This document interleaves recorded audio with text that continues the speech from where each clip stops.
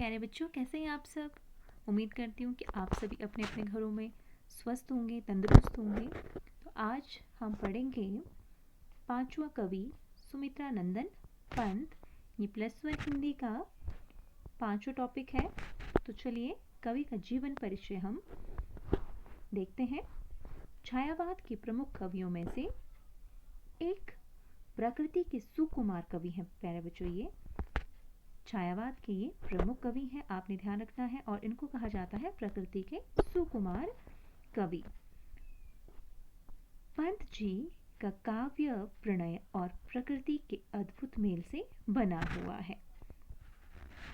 सुमित्रा नंदन पंत का जन्म प्यारे बच्चों 20 मई 1900 ईस्वी को अल्मोड़ा के निकटवर्ती ग्राम कुसोनी में हुआ था। याद रखना आपको, 20 मई 1900 में कहाँ पर हुआ था? अल्मोड़ा के निकटवर्ती ग्राम कोसोनी में हुआ। प्रकृति की मनोरम गोद में जन्म लेने वाले पंत जी को मां की गोद से वंचित रहना पड़ा, क्योंकि उनके जन्म के 6 घंटे के बाद ही उनकी माता जी का देहांत हो गया था।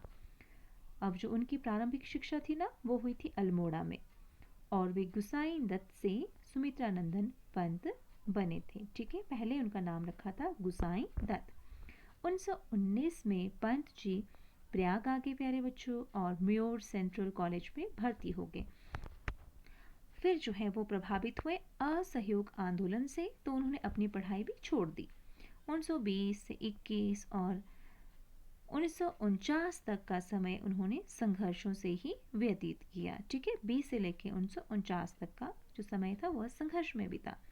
1931 से लेकर 1940 तक ये प्रतापगढ़, जो कि अवध में है, कि काला कांकर स्टेट के कुंवर सुरेश सिंह के साथ रहे। ठीक है, ये जो है प्रतापगढ़ अवध में, वहाँ की जो स्टेट थी काला कांकर, ठीक है, उसके जो नरेश हुए हैं, कुंवर थे सुरेश सिंह, उनके साथ ही रहे। और 42 से 47 तक वे सुप्रसिद्ध नर्तक प्यारे बच्चों उदय शंकर हुए हैं, उनके ये समीप रहे।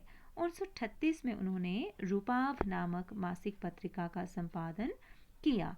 आपको ध्यान होना चाहिए, हमेशा आप इसे याद रखेंगे कि जो है सुमित्रा नंद की जो मासिक पत्रिका थी उसका नाम था रूपाभ। 1950 में ये आकाशवाणी में हिंदी के चीफ प्रोड्यूसर नियुक्त हुए। तो चलिए नजर डालते हैं साहित्य परिचय पर।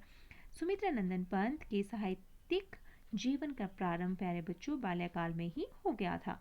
इनकी प्रथम रचना उच्छ्वास 1920 में प्रकाशित हुई। उस समय उनकी आयु आप देखेंगे प्यारे बच्चों सिर्फ 20 वर्ष थी।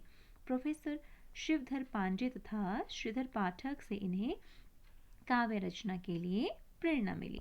पंत जी के व्यक्तित्व पर टैगोर, गांधी और अरविंद का अत्यधिक प्रभाव प्यारे बच्चों पड़ा था। कवि के रूप में पंत को अनेक सम्मान प्राप्त हुए। कला और बूढ़ा चांद पर उन्हें साहित्य अकादमी पुरस्कार मिला। भारत सरकार ने उन्हें पद्म भूषण की उपाधि से भी सम्मानित किया।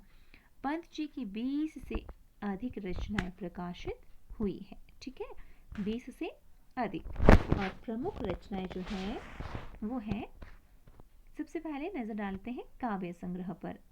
तो सबसे पहले है उच्छ्वास 1920 में, वीणा 1925, पल्लव 1926, कुंचन 1932, युगांत 1936, युगवाणी 1939, ग्राम्य 40, स्वर्ण किरण 47, स्वर्ण धुली ये भी 1947, युगपत 1948, उत्तरा 1949, अतिमा 1955, बाणी 1958, कला और बूढ़ा चांद 1959 में। और दूसरा है काव्य रूपक।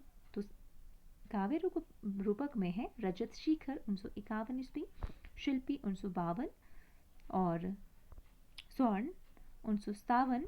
और अब नजर डालते हैं खंड काव्य, जो कि ग्रंथि 1920 में, महाकाव्य है लोकायतन 1964 ईस्वी में, और अनुवाद मधु जवाहर 1938।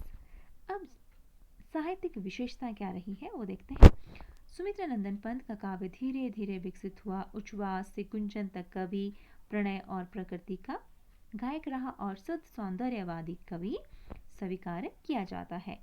युगांत में जो है उनकी काव्य चेतना कि एक युग का अंत है और युगांत से ग्राम्य तक उनकी भौतिकवादी दृष्टि अधिक सजग रही और वे मार्क्सवाद से भी प्रभावित रहे और स्वर्ण धूलि से उत्तरा तक वे अध्यात्मवाद की ओर झुके हुए प्रतीत होते हैं प्यारे बच्चों और अरविंद दर्शन का उन पर गहरा प्रभाव दिखाई पड़ता है। लोकायतन में गांधीवादी विचारधारा का स्पष्ट प्रभाव लक्षित होता है। पंत जी के काव्य में प्यारे बच्चों कल्पना, अनुभूति, संवेदना और विचारशीलता एक साथ है। पल्लव काल की रचनाओं में अधिक जो है कल्पना है। बादल नामक कविता में कल्पना के विविध जो है रूप दिखाई पड़ते हैं।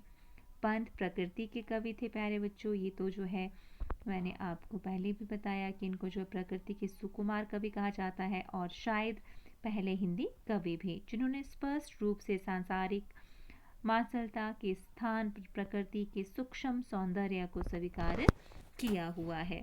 तो प्यारे बच्चों, ये थे सुमित्रानंदन पंत, हमारे पांचवें कवि। ये बहुत इम्पोर्टेंट जीवन परिचय है कवि का, तो आपको याद करना है इसे और जो मुख्य मुख्य बातें हैं जो मैंने आपको बताई वो आपने अपने जहन में बिठा लेनी है। आज के लिए सिर्फ इतना ही। धन्यवाद। जय हिंद, जय भारत।